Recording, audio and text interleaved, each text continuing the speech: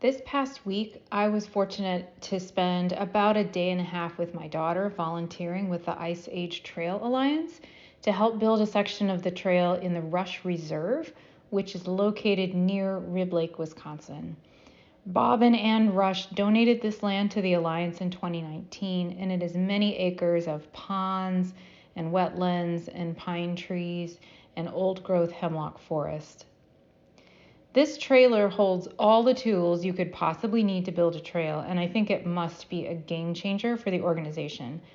Everything you need to cut, chop, scrape, and haul is in there.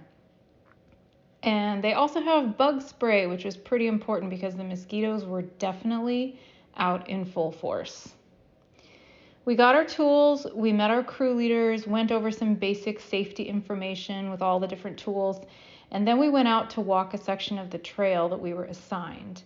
I don't know if you can see the yellow flags there, but they mark the central line. So the first stage of trail building is called grubbing out, and it is really hard work. You have to clear out all the organic matter from the top of the layer, including roots, and get down to the glacial till, which is the layer of soil left when the glaciers were last here thousands of years ago.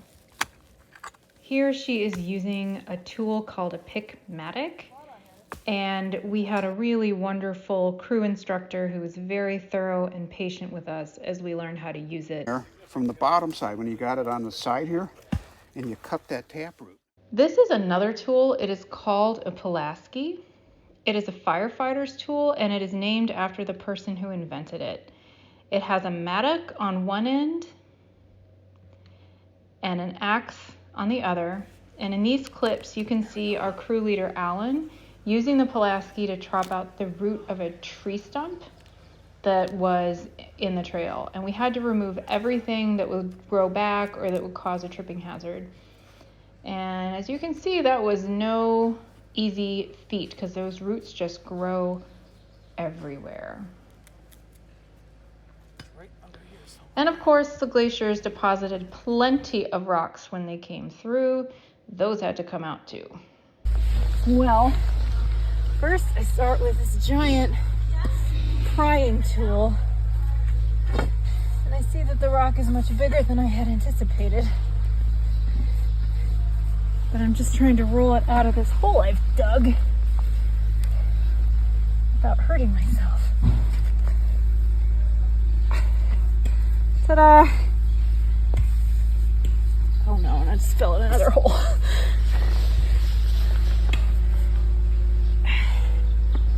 Aha! There we go. Suck on that, Sisyphus. So we had some crews doing specialized work.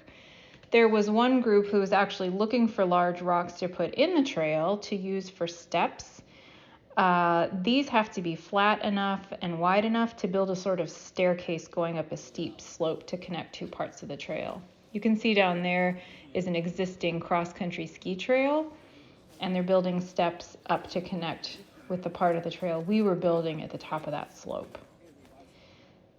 There was also another crew doing carpentry work to build a boardwalk over a swampy section of the trail.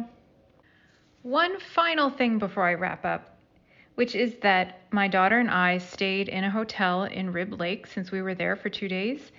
And of course, I had to check out the bike and pedestrian side path that the village has running along the main highway there. As you can see, it's pretty nice. The only strange thing about it is that, as you can see here, you have to cross to the other side of the road, and the main drag is just on the other side of that gas station. Didn't make a lot of sense. Anyway, we had a great time, and I'm sure that this trail building adventure is not my last.